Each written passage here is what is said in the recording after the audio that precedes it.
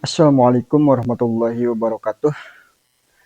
Bismillahirrahmanirrahim. Alhamdulillahilladzi hadana li hada wa ma kunna linahtadiya laula an hadanallah. Asyhadu an la ilaha illallah wa asyhadu anna Muhammadan abduhu wa rasuluh.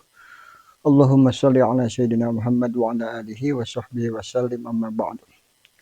Baik sahabat manisnya Hijrah Channel dimanapun Anda berada, semoga senantiasa diberikan kesehatan oleh Allah Subhanahu wa Ta'ala, sehat lahir dan batin, dan diberikan rezeki yang berlimpah ruah halal dan barokah, dan dijauhkan dari segala mara bahaya oleh Allah. Amin ya Allah ya Rabbal Alamin. Baik, pada pertemuan kali ini, pada video kali ini saya akan melanjutkan pembahasan tasawuf kita, yaitu kajian kitab Kifayatul Atqiya, yang mana kemarin sudah mencapai bait keempat dan sudah menerangkan tentang definisi syariat, thariqat, dan hakikatnya. Dan juga kemarin ada wasiat dari Imam Hasan Basri dan wasiat dari Sayyidina Ali karamallahu wajhahu. Dan dikisahkan atau dihikayatkan ada wahukiya anna rajulan min Bani Israel, ya.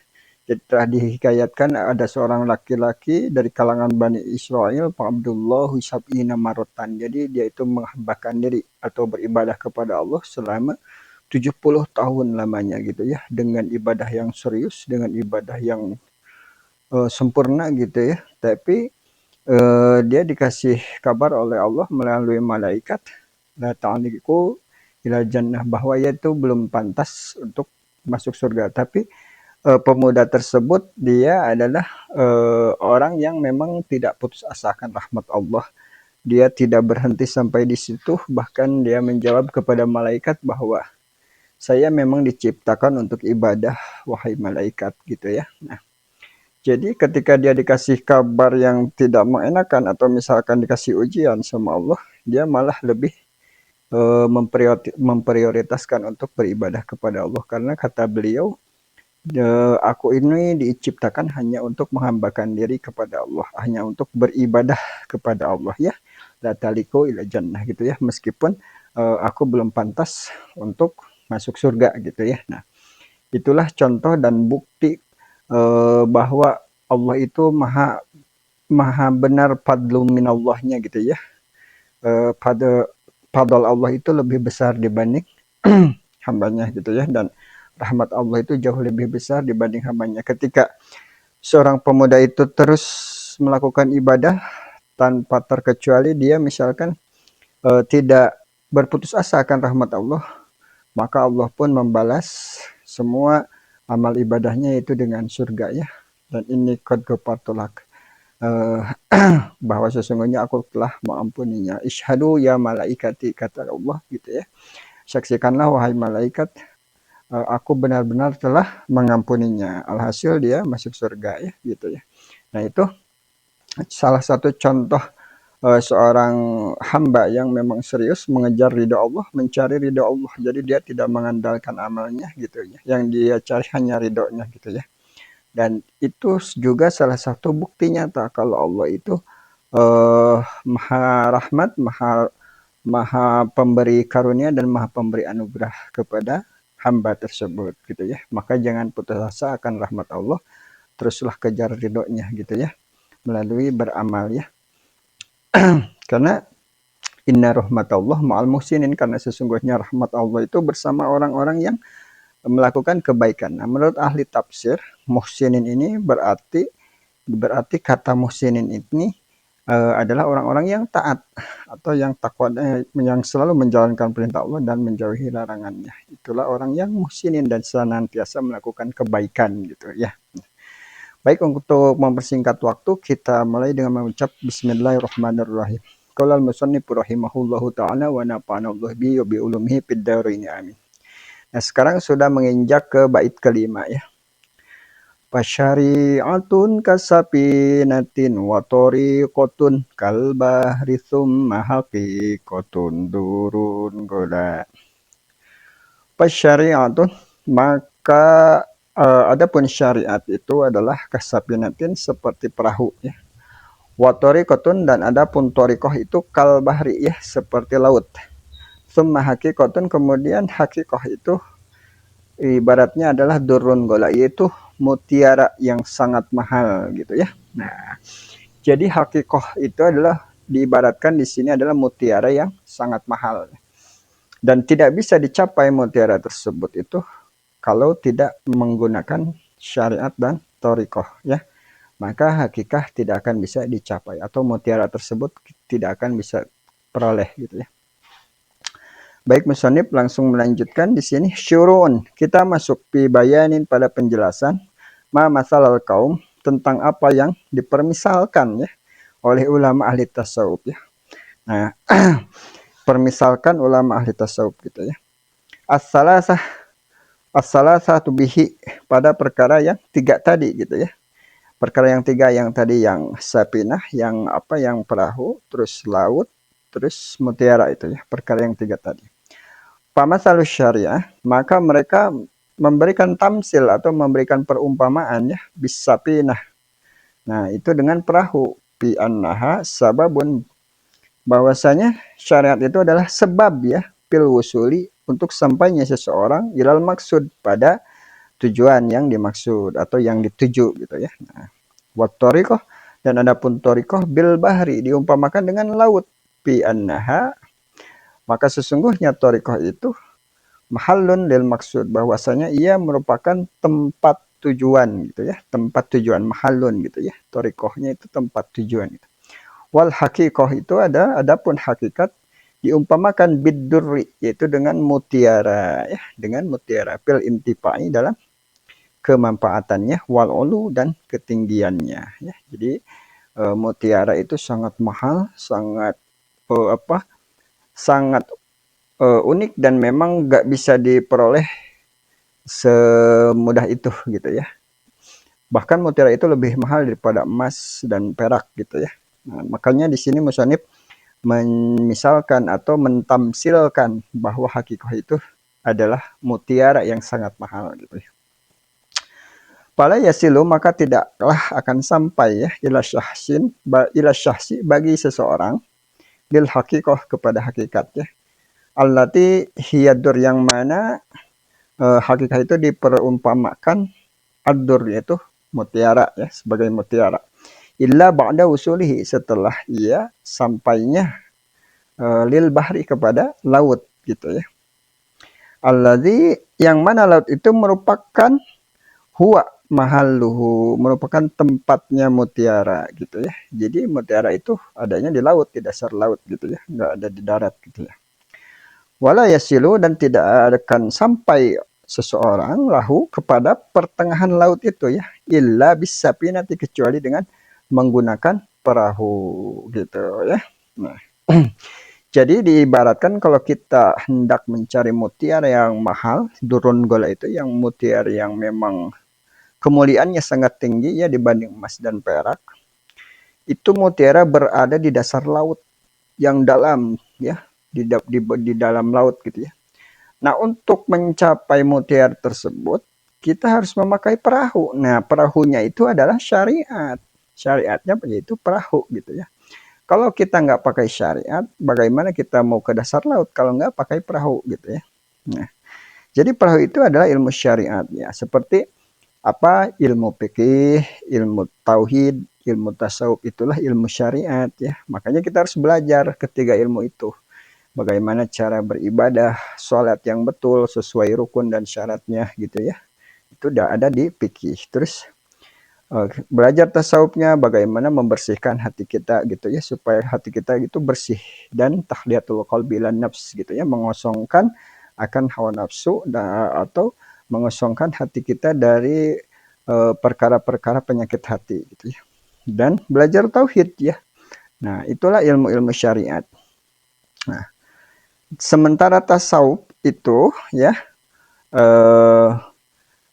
itu adalah masih ilmu syariat, tapi kendaraan kita untuk mencapai thariqahnya. Coba kalau kita tidak pakai perahu misalkan ya, atau alat misalkan nggak pakai perahu, mungkin nggak kita bisa ke lautan itu ya. Misalkan kita pakai motor, nggak mungkin ya, pasti akan tenggelam gitu ya. Kalau pakai perahu kita bakal menuju berlayar memakai perahu gitu ya. Nah, dan terus perahu itu yang bisa membuat kita sampai ke tengah laut, karena mutiara itu ada di tengah laut. Masa ada mutiara di pinggir laut gitu ya? Ada di tengah laut, baru di dasar laut di dalamnya ya gitu ya. Jadi untuk ke tengah laut kita harus menggunakan perahu gitu ya. Untuk menggunakan perahu. Ya. Nah, kalau nggak menggunakan perahu, misalkan kita berenang, kita akan kecapean sendiri dan akan tenggelam. Sebelum ke tengah laut kita akan tenggelam gitu ya. Nah, makanya kita harus memakai syariat. Syariat itu perahu. Nah, syariat itu adalah ilmunya kita pakai, ilmu fikih, kita pelajari ilmu tauhid, ilmu tasawuf gitu ya. Nah, terus berlayarnya ke tengah laut itu adalah torikohnya gitu ya. Torikohnya itu namanya torikoh. Maka apa sih torikoh itu? Torikoh itu adalah mengamalkan ilmu syariat, mengamalkan ilmu-ilmu yang kita pelajari.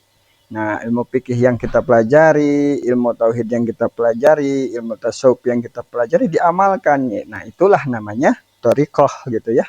Nah, sesuatu ya yang kita pelajari di fikih, tauhid atau tasawuf ya, kita pelajarin ya, kita amalin ya. Nah, tasawuf juga sama kita amalin ya gitu. Begitu pula ilmu tauhid gitu.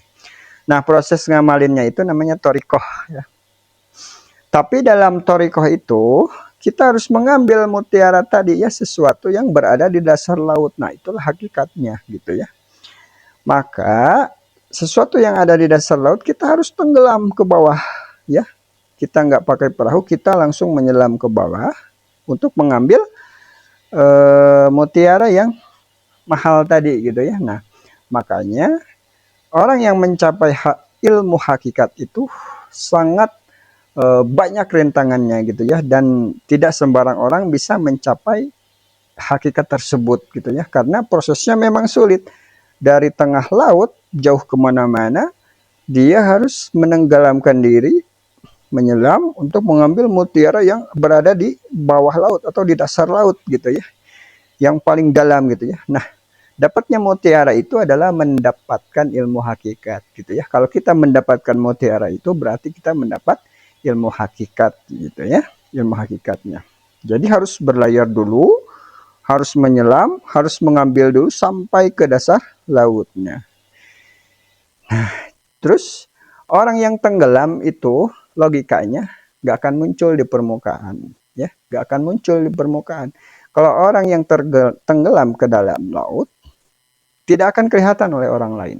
Itu tandanya, buktinya, kalau kita pengen mencapai ilmu hakikat, kita harus mengasingkan diri dulu dari dunia luar. Kita harus berkhalwat dulu sama Allah, berdoa dulu sama Allah gitu ya. Misalkan kita tinggalin kampung, tinggalin rumah, menuju ke pegunungan atau ke goa-goa gitu ya, untuk berkhalwat, berdoaan sama Allah gitu. Nah, untuk mencapai ilmu hakikat tersebut sangat sulit untuk kita tempuh gitu ya. Nah, jadi jangan ngaku kita sudah mencapai ilmu hakikat, atau jangan ngaku kita sudah berada di makom hakikat tanpa berproses seperti itu. Misalkan tadi ya, berlayar dulu pakai perahu sampai ke tengah laut. Di tengah laut kita menyelam ke dasar laut, ke bawah laut gitu ya. Ambil mutiara baru ke atas lagi gitu ya. Nah, ada proses turun dulu terus naik lagi gitu ya. Kalau kita sudah mencapai seperti itu, maka kita sudah tercapai ilmu hakikatnya gitu ya. Jadi jangan muncul di permukaan. Kalau cuma muncul di permukaan ya, kita nggak berkhalwat sama Allah, kita masih berada dalam ruang lingkup dunia ini. Jangan harap kita bisa mencapai makom hakikat gitu ya. Nah, kalau mencapai makom hakikat itu sangat benar-benar sulit gitu ya. Sulit untuk kita tempuh gitu ya. Nah, tapi ada juga sebagian orang yang memang dipilih Allah, dikasih pertolongan oleh Allah. Ada orang yang mencapai ilmu hakikat tersebut. Mereka itu adalah para waliullah ya. Mereka itu sudah hatinya itu sudah terhubung, sudah husul, sudah dalam hatinya itu cuma Allah Subhanahu wa taala, tidak ada perkara duniawi, tidak ada perkara apapun kecuali Allah Subhanahu wa taala gitu ya. Baik, dilanjut. Wa masalu ba'duhum, dan sebagian ulama tasawuf memberikan tamsil ya, atau permisalan. As-salasah yang tiga tadi, yang thariqah, syariat, hakikat itu ya. Bil jauzi itu dengan kelapa ya, dengan kelapa. Pas syariah Itu adapun syariat itu seperti kalkosr, itu seperti kulit kelapanya ya, cangkangnya gitu ya. Watorikohnya itu kalabi, seperti daging kelapa, itu dagingnya yang di dalam. Wal hakikah itu seperti kaduh nih ya, seperti santannya gitu ya. Pala yatawassalu, maka tidak akan sampai orang kepada liduh nih, kepada santannya, illa ba'dal usul, kecuali ia sudah sampai lilubi, kepada dagingnya gitu ya. Jadi sebelum mencapai untuk memperoleh santannya, kita harus mencapai dulu daging kelapanya gitu ya. Walayatawassalu, dan tidak akan sampai kita kepada daging kelapa lahu ya, bagi orang yang bagi suluk, illa ba'dal usul lil qasr, kecuali kita sudah sampai kepada kulitnya gitu ya. Untuk misalkan kita mau membuat santan dari kelapa, jangankan kita mau bikin santan, kalau cangkangnya aja kita, cangkang kelapanya belum dibuka sama kita. Dan sesudah dibuka cangkangnya, barulah batoknya dibuka, barulah ketemu daging kelapanya gitu ya. Dan daging kelapanya itu harus diparut dulu, harus diperes dulu, barulah keluar santannya. Nah, itu memang sangat susah gitu ya untuk mencapai ilmu hakikah gitu ya. Bahkan banyak ada orang yang mengatakan atau mengaku dirinya bahwa saya udah berada di makom hakikoh, ya saya tidak perlu sholat. Nah itu salah besar ya, karena sudah dijelaskan dari video yang sebelumnya bahwa hakikat tanpa syariat itu tidak sah, atau atilah ya, itu hampa ya, atau misalkan tidak apa ya, tidak akan tercapai ya ilmu hakikatnya gitu. Maka ketiga unsur itu harus dijalani. Pertama syariat dulu, terus torikoh, baru hakikat ya gitu. Nah, jadi kalau kita pengen dapat santannya, itu yang pertama kita kerjain apa dulu ya?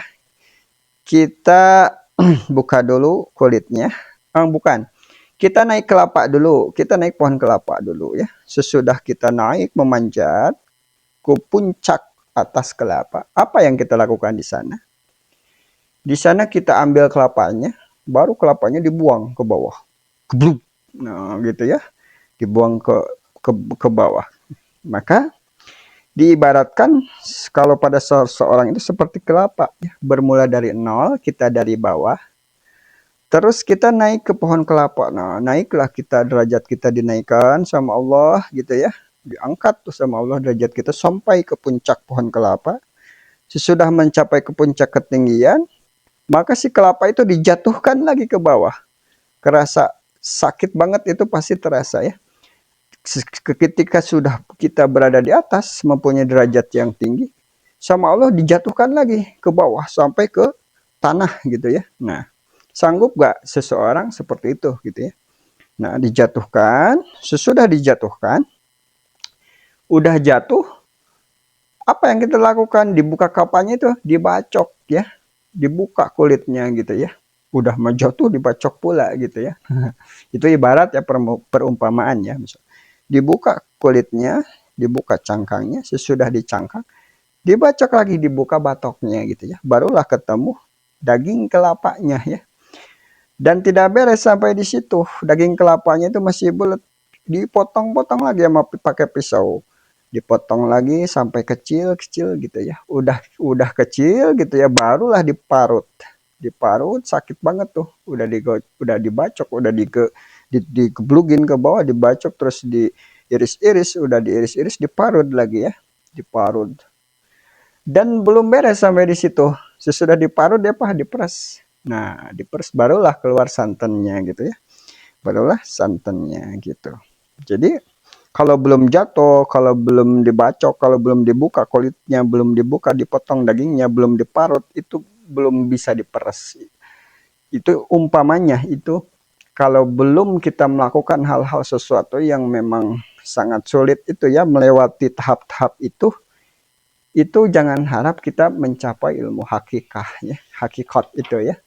Karena prosesnya seperti kelapa gitu ya. Nah, ini perumpamaan ya. Kalau kita cuma hidup enak, merasa hidup enak aja seharian, itu jangan sampai jangan berpikiran kita akan mencapai ilmu makom hakikat ya, kalau kita hidup enak terus gitu ya.